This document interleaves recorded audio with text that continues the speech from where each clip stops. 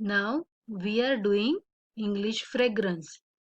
Till last period, we had completed chapter number 3 in the textbook exercise and notebook also. Have you completed textual exercises and question answer and everything in the notebook that I had sent in the Teno? I hope all of you had completed. Parents, please be with them and check whatever they had written. Now we are going to start a new poem, chapter number 4, Who is in? Now in this poem, the poet talks about the small insects and pet animals that stay inside the house when everyone is out. ये poem में poet ने किस बारे में बात की है कि जब भी हम अपने घर से सब लोग बाहर जाते हैं तो कुछ ऐसे हैं, कुछ लोग या कुछ चीजें ऐसी होती है जो घर के अंदर होती है, जो हम नहीं देखते, और जो अंदर रहता है वो क्या होता है और वो क्या दिखता है, क्या सोचता है, उसके बारे में है ये पोएम कि जब भी हम बाहर जाते, जब सब लोग बाहर जाते तो घर में कौन होता है। तो this is the poem about it कि घर में कौन होता है। Now we will start the poem. The door is shut fast, मतलब दरवाजा जोर से बंद हुआ। एंड एवरी वंस आउट, और सब लोग बाहर चले गए। But people don't know what they are talking about, पर जो बाहर लोग जो चले गए हैं सारे, उनको ये पता नहीं है कि अंदर कौन है और वो क्या कर रहे हैं।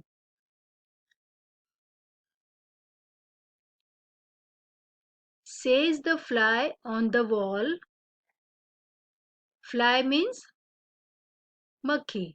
Says the fly on the wall, दीवार के ऊपर एक मक्खी बैठी है, वो भी कुछ कहती है। ये what they are talking about, ये सारे लोग क्या क्या बात करते हैं, तो क्या वो जो बाहर लोग चले गए, क्या उन्होंने वो सुना है।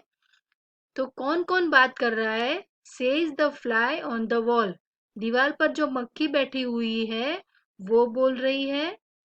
And the flame on the coals, flame on the coals means जैसे कि यहाँ पर ये सारे कोल है, कोयले हैं, जिसमें से अभी फ्लेम निकल रही है, तो वो फ्लेम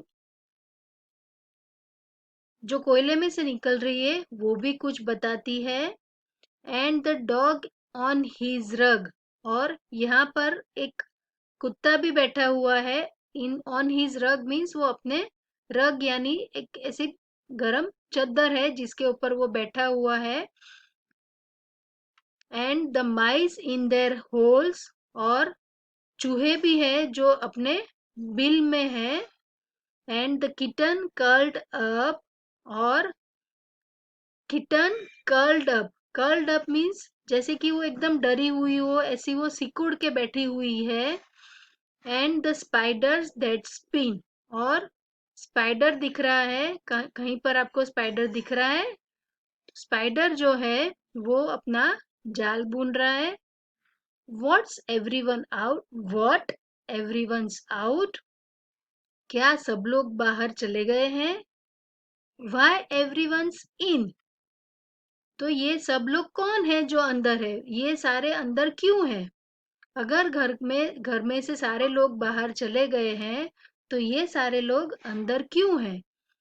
तो this is the very small and easy poem that whenever we are going out, some small animals or creatures they are living in our house. So this is the very small poem and I think it is very easy also. So now we will see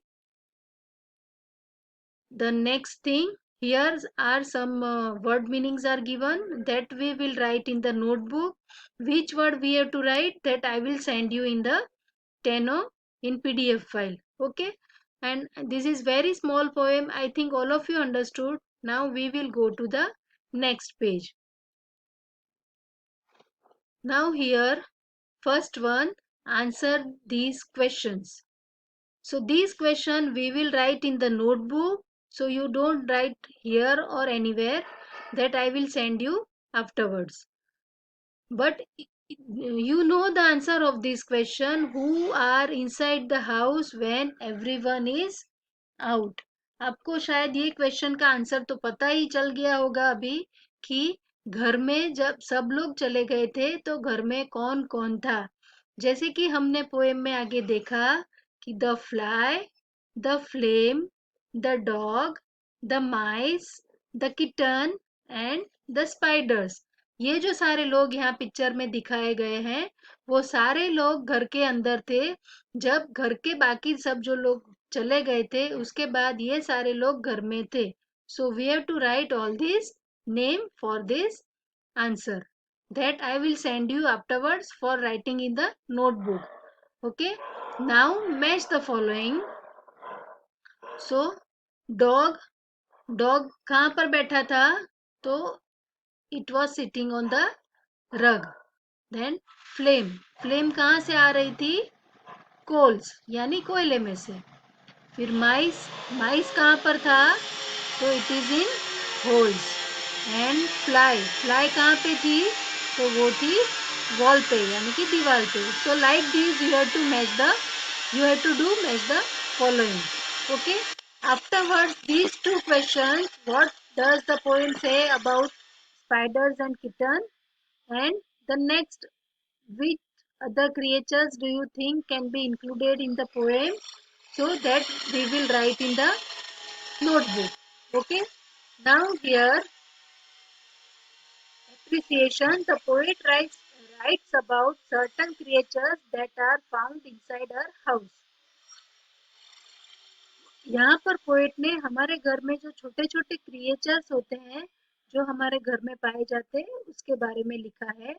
do you ever notice any of the creatures in your home? Are they different from the scene as described in the poem? What else did you notice about them? मतलब हमारी poem में जो creatures बताए गए हैं, उसके अलावा भी कोई और क्रिएचर आपके घर में होता है? आपके घर में ऐसे कौन कौन से क्रिएचर्स ने आपने देखा है और आपने क्या नोटिस किया है, उसके बारे में आपको सोचना है। Okay, then little more of the poem. Write a few sentences about your favorite pet animal. So you have to write few sentences about your favorite pet animal. Whatever you like, आपको कौन सा pet animal अच्छा लगता है, उसके बारे में आपको कुछ 5 sentences लिखने हैं। Okay, that is your homework, that I will not write, that you have to write by yourself. Okay, now grammar section. Now these are the section that we had not done in grammar English 1 textbook, but here I just show you because these type of interjection we had done in second standard also. So the words hooray, hush express sudden feelings. Such words are called interjection. English में कुछ words ऐसे होते हैं कि जो हम immediately, हमें कोई भी फीलिंग आती है, मतलब अच्छे खुश होते हैं या दुखी होते हैं, तो उस समय हमारे मुंह से जो वर्ड्स निकलते हैं इस टाइप के, उसे बोलते हैं interjections. Now hurray, we won the match, वो खुश होके बता रहा है कि हमने मैच जीत लिया है। Hush, the baby is sleeping, अब वो बता रही है कि बेबी सो गई है। An interjection is always followed by an explanation mark.